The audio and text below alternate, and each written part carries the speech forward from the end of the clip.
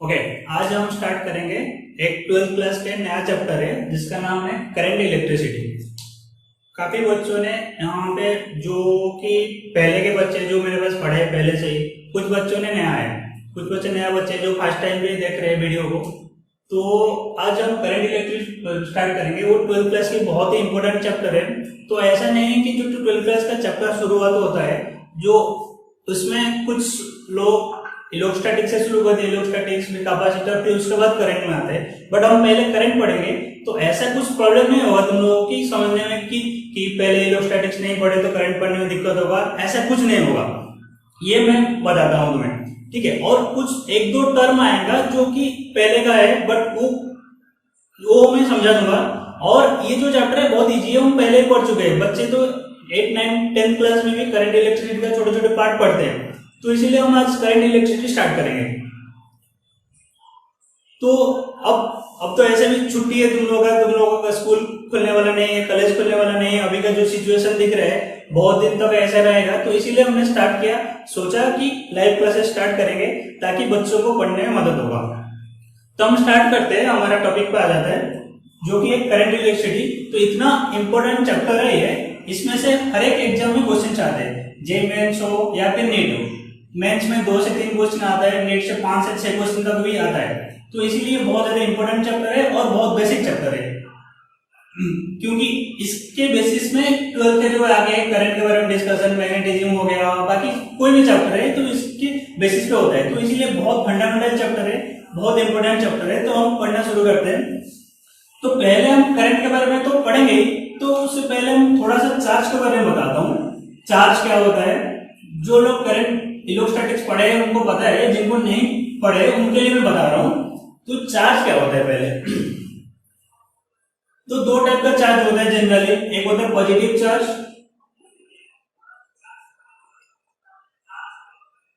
और होता है नेगेटिव चार्ज।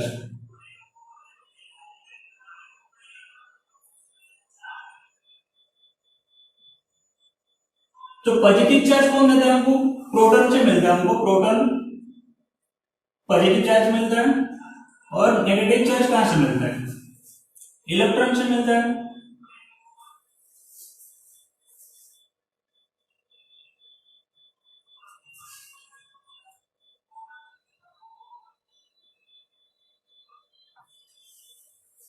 तो इलेक्ट्रॉन से मिलता है। तो पॉजिटिव चार्ज है, प्रोटॉन है। प्रोटॉन का चार्ज कितना होता है? 1.6 इंटू 10⁻⁻19 कूलम। कूलम होता है COU, कूलम होता है चार्ज का यूनिट, और इसको C भी लिखते हैं। और इलेक्ट्रॉन का चार्ज कितना होता है? -1.6 इंटू 10⁻19 C। तो कोई भी मेटल होता है, कोई एटम होता है, उसमें क्या होता है? प्रोटॉन रहता है, इलेक्ट्रॉन रहता है। तो प्रोटॉन क्या रहता है? प्रोटॉन तो न्यूक्लियस के अंदर ही रहता है। तो जो भी मूवमेंट होता है, किसी का मूवमेंट होता है, तो किसका मूवमेंट होता है? इलेक्ट्रॉन का ही मूवमेंट होता है मैक्सिमम केसेस में। जनरली इलेक्ट्रॉन का ही मूवमेंट होता है, प्रोटॉन का कोई मूवमेंट नहीं होता है, क्योंकि प्रोटॉन क्या होता है? न्यूक्लियस के अंदर रहता है। तो ये हमको पता है कि 2 पॉजिटिव चार्ज के बीच में क्या होता है? रिपल्शन होता है। पॉजिटिव चार्ज और नेगेटिव चार्ज के बीच में क्या होता है? अट्रैक्शन होता है, ठीक है। तो ये हो गया चार्ज के बारे में, बस इतना हमको चाहिए और कुछ नहीं चाहिए। और चार्ज को कैसे डिनोट करते हैं? जनरली क्यू में डिनोट करते हैं, क्यू।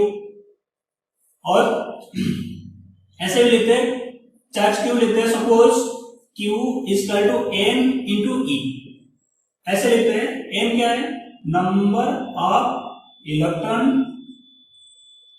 और ई क्या है? Charge of electron. और जिसके वैल्यू कितना? 1.6 इंटू 10⁻⁻19 कूलम। अगर मैं बोलूंगा कि 10 इलेक्ट्रॉन्स आर देयर, तो टोटल चार्ज कितना हो जाएगा? टोटल चार्ज कितना हो जाएगा? क्या लिखेंगे? n इंटू ई। एन कितना आ जाएगा? क्यू इसका एन कितना है? 10 है। इलेक्ट्रॉन का चार्ज कितना है? 1.6 इंटू 10⁻⁻19 कूलम। तो ये कितना हो जाएगा? 16 इंटू 10⁻⁻19 कूलम। ये हो गया टोटल चार्ज। तो जो टोटल चार्ज निकालना है तो हम बेसिकली क्या करते हैं? कितने नंबर ऑफ इलेक्ट्रॉन है उसके हिसाब से हम चार्ज निकालते हैं। तो ये हो गया चार्ज के बारे में। अब क्या करो बच्चों, एक कॉपी रखो जिसमें सारे निकालो। ये लाइव क्लासेस करने का मतलब ये होता है ताकि कि तुम लोग जैसे क्लासरूम में बैठ के पढ़ते हो ना, ऐसे पढ़ो कि कॉपी रखो, नोट्स बनाओ, क्योंकि नोट्स बहुत इंपॉर्टेंट है। तो नोट्स बनाओगे तो आगे रिवीजन करने में इजी होगा। तो नेक्स्ट हम करंट के बारे में पढ़ेंगे। तो करंट को हम आई में डिनोट करते हैं और इसका यूनिट क्या होता है? एम्पियर।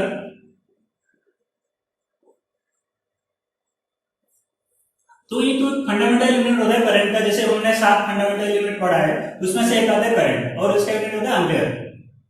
तो करंट को हम कैसे डिफाइन करते हैं? देखो, तो करंट इज डिफाइंड एज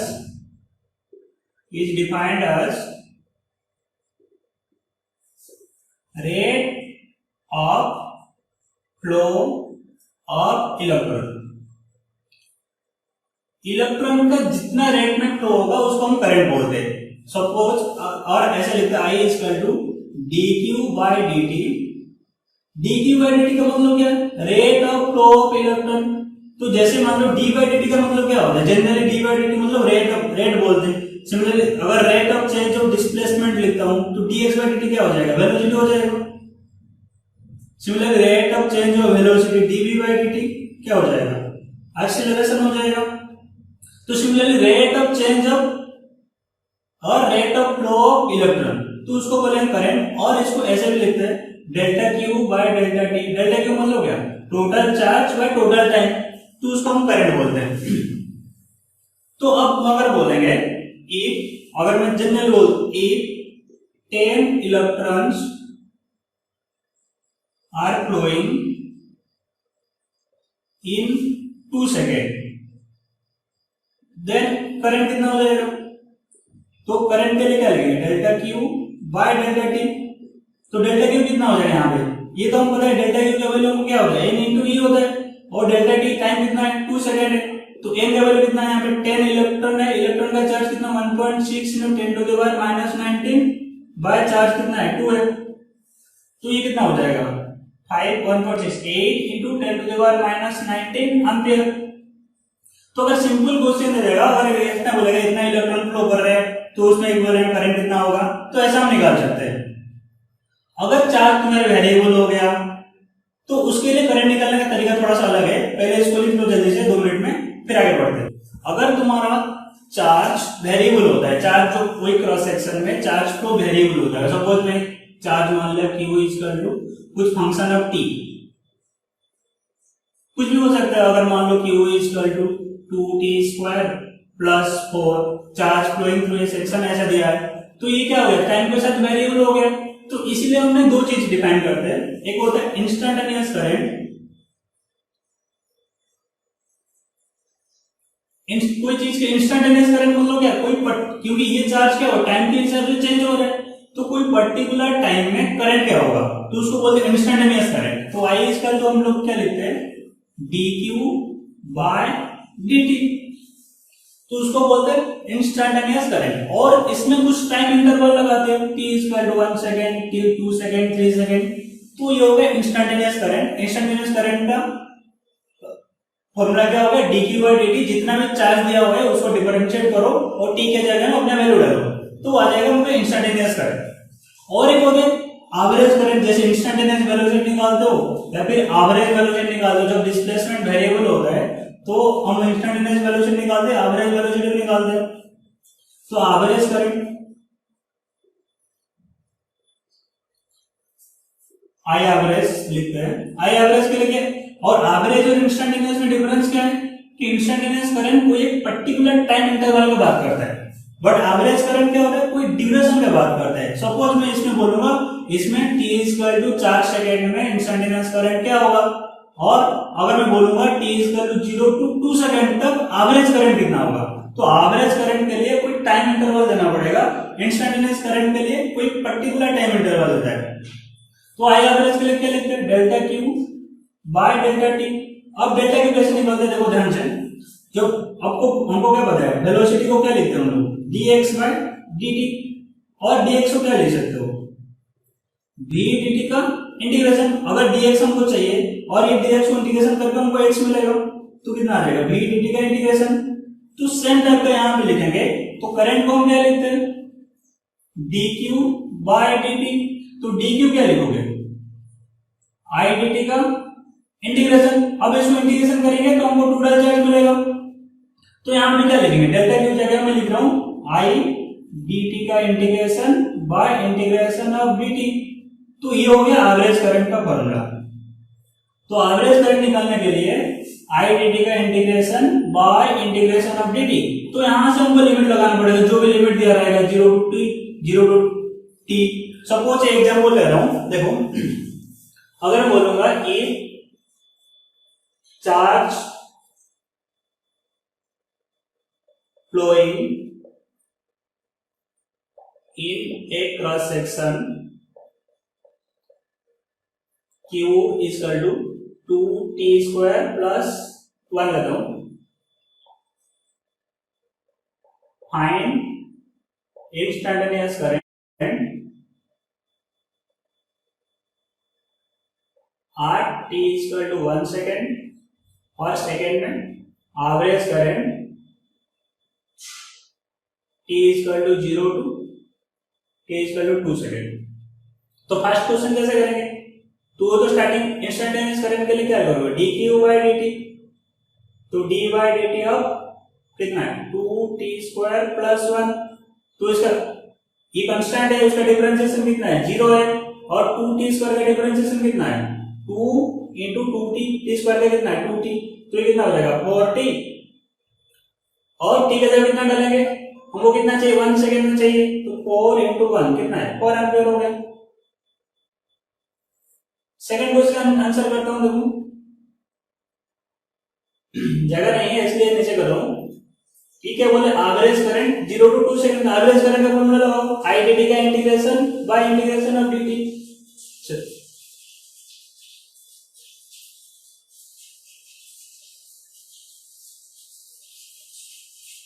तो यहां पे तो इस फॉर्मूला नहीं लगा सकते क्योंकि आई तो नहीं दिया है, क्यू दिया है, तो इसलिए हमको क्या करना पड़ेगा, यहां पे थोड़ा सा अलग करेंगे। देखो तो ये क्या बोल रहे हैं 0 to 2 सेकंड के लिए, तो चार्ज निकालो Q t इक्वल टू 0 में, चार्ज कितना है देखो t इक्वल 0 डालो, ये टर्म 0 हो गया, Q कितना हो गया 1। Q t equal to suppose 2 डालेंगे, तो चार्ज कितना हो गया देखो 2 into 2 स्क्वायर प्लस 1, ये कितना हो गया 9 हो गया। तो डेल्टा Q कितना हो जाएगा यहाँ पे 9 माइनस 1 कितना 8 है। तो करंट क्या लिखोगे, तो करंट क्या लिखोगे delta Q by delta T। Delta Q कितना 8 बाय टाइम इंटरवल कितना है 2 है, तो ये हो गया 4 ampere.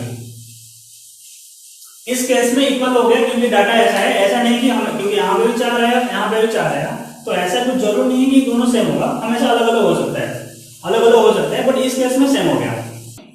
Q equal to 3t square plus 2। तो अगर मैं बोलूंगा find instantaneous current, second average current from t equal to 0 to t equal to 3 second. ठीक है, तो इंस्टैंटेनियस करंट निकालने का तरीका तो पता है हमको, I equal to dq by dt तो d by dt अब कितना हो जाएगा 3t स्क्वायर प्लस 2। तो इसका डिफरेंशिएशन कितना हो जाएगा, इसका डिफरेंशिएशन 0 है क्योंकि कांस्टेंट है, तो इसका डिफरेंशिएशन कितना आ जाएगा 3 into 2t कितना हो गया 60, और t का जगह कितना डालेंगे हम, हाँ इसमें देना चाहिए 8 t इक्वल टू 2 सेकेंड। अगर मान लो क्वेश्चन में दिया रहना चाहिए, तो 2 डालो उसमें कितना हो जाएगा 6 into 2 कितना हो गया 12 हो गया। अब हम एवरेज करंट निकाल, चलिए एवरेज करंट निकालते हैं। देखो तो एवरेज करंट कैसे निकालेंगे, एवरेज के लिए delta Q by delta T। तो इसमें उस वाला फॉर्मूला नहीं लगा सकते इंटीग्रेशन वाला, क्योंकि यहाँ पे चार्ज दिया हुआ है। जब करंट का इक्वेशन दिया रहेगा तो उसके लिए लगाएंगे, उसका क्वेश्चन करेंगे अभी, पहले इसको समझो। डेल्टा Q मतलब क्या, कितना चार्ज का फ्लो होगा, तो Q इक्वल टू Q1, अगर मान लो ये कितना है 3t square plus 2, t equal to 0 to 3 second, t equal to 0 में चार्ज कितना हो जाएगा 3 into 0 का स्क्वायर प्लस 2 कितना है 2 है। t इक्वल टू 3 सेकंड में कितना हो जाएगा 3 इंटू 3 का स्क्वायर प्लस 2, ये कितना हो जाएगा देखो 9 27 29। तो डेल्टा क्यू कितना हुआ, कितना चार्ज का डिफरेंस हुआ 29 माइनस 2 कितना हो गया 27। तो आई एवरेज कितना हो जाएगा देखो 27 बाय टाइम का कितना है 0 to 3 सेकंड, 3 माइनस 0 तो ये कितना हो गया 9 एम्पियर। अब देखो दोनों में आंसर अलग अलग आया, तो ऐसा कोई जरूर नहीं कि दोनों आंसर सेम होगा। एवरेज करंट और इंस्टेंटेनियस करंट दोनों अलग अलग चीजें। हो गया, इसको ये दिया था सेम क्वेश्चन है Q is equal to 2t, instantaneous current t is equal to 2 second और average current t is equal to 2 to 4 second. Exactly same type का है। इंस्टेंटेनियस करंट क्या लिखेंगे dq by dt, तो यहाँ पे तो कांस्टेंट है, तो यहाँ पे टाइम का कोई मतलब नहीं है, तो हमेशा सेम है, तो 2 आ जाएगा। और 2t का डिफरेंशिएट करोगे 2 आ जाएगा। और एवरेज करंट कितना हो जाएगा, एवरेज करंट के लिए डेल्टा को निकालना पड़ेगा। q t इक्वल टू 0 में कितना है 0 है, q t इक्वल टू 4 में कितना है 8 है, तो डेल्टा क्यू कितना हो गया 8 है। और एवरेज करंट कितना हो जाएगा बाय 4 कितना है 2 है, दोनों सेम है। Find instantaneous current at t equal to 2 second, find I average, I average इसको बोल रहा हूं I average t equal to 0 to t equal to 3 second. अब देखो ये किसका इक्वेशन दिया है, इसमें डायरेक्टली करंट का इक्वेशन दिया है, तो जो करंट का इक्वेशन दिया है इंस्टेंटेनियस करंट के लिए क्या करेंगे, अब डायरेक्टली इसका वैल्यू डाल देंगे, तो फर्स्ट आंसर कितना हो जाएगा देखो, तो फर्स्ट आंसर कितना हो जाएगा current equal to 2t square plus 2, तो इंस्टेंटेनियस करंट कितना चाहिए 2 सेकंड में चाहिए, तो डायरेक्टली यहाँ पे 2 डालो, 2 इंटू 2 का स्क्वायर प्लस 2, तो ये कितना हो जाएगा 10। और इसमें अगर एवरेज करंट निकालना है सेकंड क्वेश्चन का आंसर करो देखो, तो ये क्या हो जाएगा आई dt का integration by integration of dt, क्योंकि यहां पे करंट दिया है जो कि वेरिएबल है, तो इसका इंटीग्रेशन करो तो कितना 2t स्क्वायर प्लस 2 का इंटीग्रेशन कहां से 0 से 3 बाय dt का इंटीग्रेशन 0 से 3। अब इसका इंटीग्रेशन करना आता है 2t स्क्वायर का इंटीग्रेशन कितना होता है 2, तो कांस्टेंट है t स्क्वायर का इंटीग्रेशन कितना है t क्यूब बाय 3 प्लस ये 2 का इंटीग्रेशन कितना 2t है। अब लिमिट लगाओ 0 से 3, नीचे कितना आ जाएगा t 0 से 3। अब इसको सॉल्व करो तो ये कितना हो जाएगा 2 बाय 3 t क्यू मतलब कितना t का cube plus 2 into 3 by divided by 3 minus 0, जो भी आंसर आएगा वो आंसर है। अभी ग्राफ वाले क्वेश्चन को कैसे करेंगे, अब ध्यान से देखो कैसे करते हैं।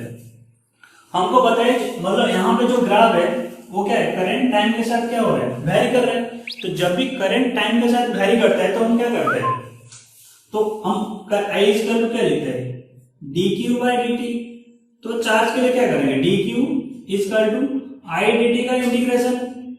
अब ध्यान से देखो ये आई dt का इंटीग्रेशन क्या हो सकता है एरिया अंडर आई और t कर्व, एक होता है y dx का मतलब क्या है area under y x curve. Similarly v dt करते हो ना वेलोसिटी इक्वल टू क्या करते हैं dx बाय dt, तो dx क्या करते हैं v dt का इंटीग्रेशन, तो मतलब डिस्प्लेसमेंट चाहिए तो हम क्या करते हैं vt कर्व का एरिया लेते हैं डिस्प्लेसमेंट मिलता है। तो सिमिलरली it कर्व का i और t कर्व का अगर एरिया ले लेंगे हमको क्या मिल जाएगा टोटल चार्ज मिल जाएगा, तो इसका एरिया कितना हो जाएगा देखो हाफ बेस कितना है ट्रायंगल है 2 इंटू 4, तो ये कितना हो जाएगा 4, तो टोटल चार्ज कितना फ्लो गया 4 कूलम। अब एवरेज करंट निकालना है, तो एवरेज करंट निकालने के लिए ये तो फर्स्ट क्वेश्चन का आंसर है, सेकंड क्वेश्चन का आंसर कर रहा हूं देखो सेम टाइप का है। एवरेज करंट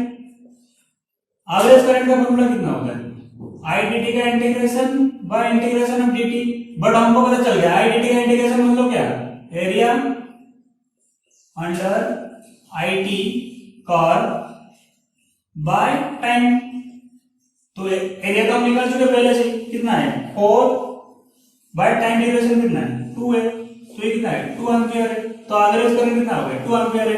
अगर ग्राफ वाला क्वेश्चन रहेगा तो ऐसा करना पड़ेगा, 4 सेकंड के लिए, तो 4 सेकंड के लिए तो कुछ करना नहीं है। 4 सेकंड के लिए चार्ज क्या होता है, हाइट का एरिया होता है, तो इसका एरिया निकाल दो। इसका एरिया कितना हो जाएगा, इस वाले ट्रायंगल का एरिया हाफ, बेस कितना है 4, हाइट कितना है 10, तो कितना हो गया 20 कूलम है। तो फर्स्ट आंसर ये हो गया। ये सिर्फ 4 सेकंड के लिए बोला है, पूरा ग्राफ का एरिया नहीं चाहिए हमको। Calculate charge flow in 4 second, सिर्फ 4 सेकंड के लिए ग्राफ का एरिया चाहिए। तो उस पर ऊपर वाला ट्रायंगल का एरिया निकालो, हाफ, बेस हो गया 4, हाइट कितना हो गया 10, तो 20 कूलम है। तो टोटल चार्ज कितना हो गया 4 सेकंड में 20 कूलम है। फर्स्ट का आंसर 20 है। सेकंड का आंसर बताओ,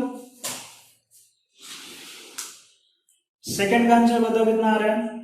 सेकंड का आंसर बताने के लिए तुम्हें पहले इसका एरिया पता करना पड़ेगा, ये नंबर कितना है ये पता करना पड़ेगा। कैसे पता करोगे, पहले सोचो उस वाले पॉइंट का वैल्यू कैसे पता करेंगे। इस पॉइंट निकालते हैं, कैसे निकालेंगे इस पॉइंट, ये पहले ही पढ़ चुके हैं बहुत बार, मैथ में पढ़े हो। स्ट्रेट, ये पूरा स्ट्रेट लाइन है, तो स्ट्रेट लाइन है तो स्लोप तो सेम होगा। तो ये जितना एंगल बना रहे वो इतना एंगल बना रहे, तो इसका स्लोप क्या लिखेंगे, इस वाले पार्ट का परपेंडिकुलर बाय बेस, इसका स्लोप कितना है 10/2। और इस लेंथ को अगर मैं x मानता हूं, इसका स्लोप क्या लिखेंगे 10 लिखते हैं ना, परपेंडिकुलर बाय बेस, तो x/1। तो नीचे का वैल्यू कितना हो गया 5, तो ये वाला पॉइंट कितना हो गया 5 हो गया, -5 हो गया। ठीक है, बट हमको क्या चाहिए, आई एवरेज निकालने के लिए आई dt का integration by integration of dt, उसका मतलब क्या है area under I T by time. अभी एरिया निकालने के लिए क्या करेंगे, कहां से कहां तक चाहिए मेरे को, 0 से 5 तक चाहिए, तो इसलिए पूरा का एरिया निकालना पड़ेगा। बट इसमें प्रॉब्लम क्या है कि ऊपर वाला एरिया को क्या मानते हैं, पॉजिटिव मानते हैं, नीचे वाला एरिया क्या मानते हैं नेगेटिव मानते हैं। तो ऊपर वाला एरिया कितना हो जाएगा, देखो इसका एरिया तो निकाल चुके हैं कितना, हाफ, बेस कितना 4, हाइट कितना है 10, माइनस नीचे वाला इस वाला छोटे वाला ट्रायंगल का एरिया है।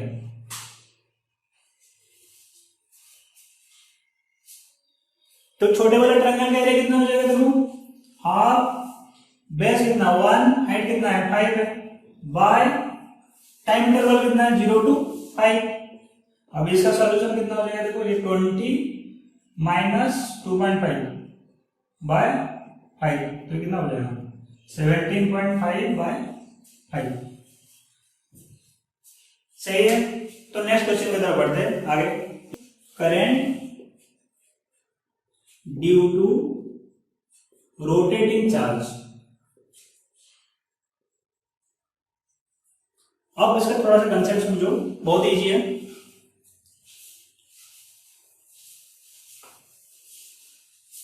तो अगर कोई चार्ज रेडियस r सर्कल में रोटेट कर रहा है, वेलोसिटी v में, e charge is rotating with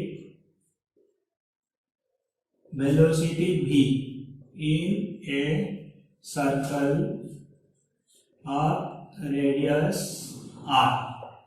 Find equivalent current. तो ऑब्वियसली फॉर्मूला लगाना I equal to delta Q by delta T. अब ये डेल्टा टी क्या है, टाइम इंटरवल है। तो सपोज v वेलोसिटी में घूम रहे हैं, सर्कुलर मोशन में हमको पता है, तो यहाँ पे चार्ज कितना है q है, टाइम कितना है t है, बट ये t का वैल्यू कितना होता है, सर्कुलर मोशन में पता है यहां से जाके घूम के यहां तो पहुंचने का टाइम इंटरवल कितना है t है, बट यहां से यहां तक डिस्टेंस कितना है, सर्कमफरेंस है कितना है 2 पाई r बाय वेलोसिटी कितना है v है।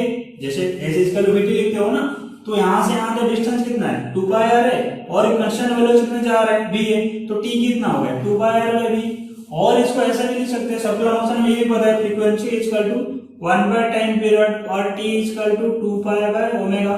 तो सर्कुलर मोशन का सारे कांसेप्ट हम यहां पे लगा सकते हैं। तो q बाय t लिख सकते हो, और 1 बाय t को अगर फ्रीक्वेंसी लिखते हो q f भी लिख सकते हो, और q t का जगह पर वैल्यू डाल देंगे क्यू 1/t को क्या लिखेंगे ओमेगा बाय 2 पाई, तो ये क्यू ओमेगा बाय 2 पाई भी हो सकता है। तो सर्कुलर अगर रोटेटिंग चार्ज के बारे में बात करते हैं तो सर्कुलर मोशन का कंसेप्ट आ जाता है जिसमें हम टी का और फ्रीक्वेंसी ओमेगा का चेंज करके हम लगा सकते हो। बट इसमें ये इंपॉर्टेंट चीज आता है क्योंकि जो ओमेगा दिया रहता है वो कोई भी यूनिट में दिया रहेगा, बट हमको जो कैलकुलेशन करना है ओमेगा यूनिट क्या होना चाहिए, ये हमने सर्कुलर मोशन में बहुत बार बता चुका हूं। ओमेगा का जो भी यूनिट होगा तो उसको किसमें कन्वर्ट करना है, रेडियन पर सेकेंड। क्वेश्चन करेंगे एक दो क्वेश्चन अभी, पहले इसको लिख लो फिर हम क्वेश्चन करेंगे इसके ऊपर।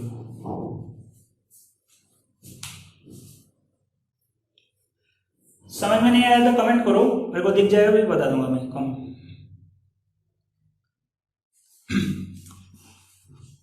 सर्कुलर मोशन में अगर कोई पार्टिकल भी वेलोसिटी में मूव करता है तो यहां से घूम के यहां तक पहुंचने का टाइम कितना लगेगा उसको, यहां से यहां तक डिस्टेंस कितना है 2 पाई आर है, वेलोसिटी कितना है v है, तो टाइम कितना लगेगा, ऐसे इसका लो v लिखते हैं ना हम लोग, और t इक्वल टू क्या लिखेंगे s बाय v। s क्या है, डिस्टेंस ट्रैवल्ड बाय वेलोसिटी, तो डिस्टेंस कितना ट्रैवल किया 2 पाई आर बाय वेलोसिटी कितना है v है, तो टाइम इंटरवल कितना हो गया 2 पाई आर बाय v। और t को 2 पाई बाय ओमेगा में लिखते हैं, वो सर्कुलर मोशन में सारे पढ़ते हैं, और फ्रीक्वेंसी इसका 1/10 पीरियड होता है।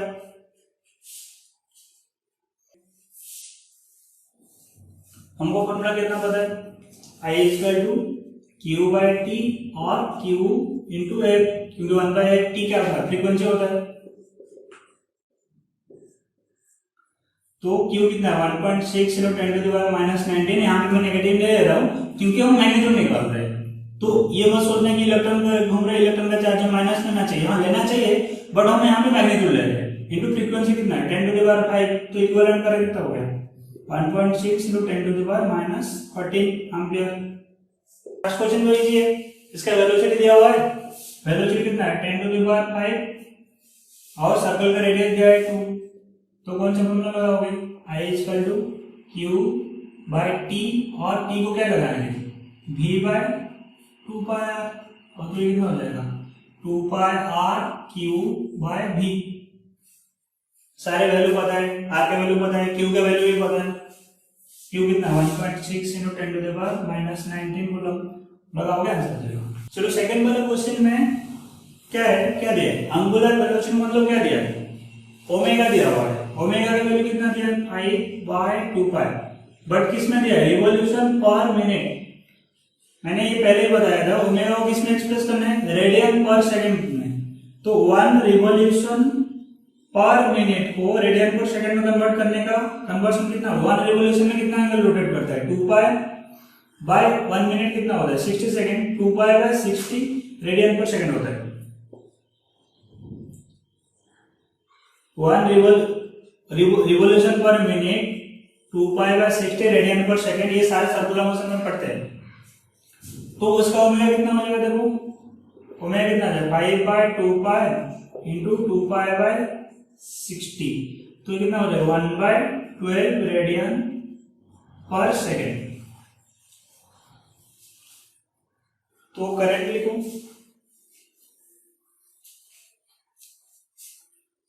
तो करंट क्या लिखेंगे हम I equal to Q by T, T को क्या लिख सकते हो 2 पाई बाय ओमेगा, और Q by 2 pi into omega, तो फॉर्मूला क्या होगा Q ओमेगा बाय 2 पाई, तो करंट लिखेंगे Q कितना 1.6 × 10⁻⁻19, ओमेगा कितना है 1/12 बाय 2 पाई, ये आंसर है।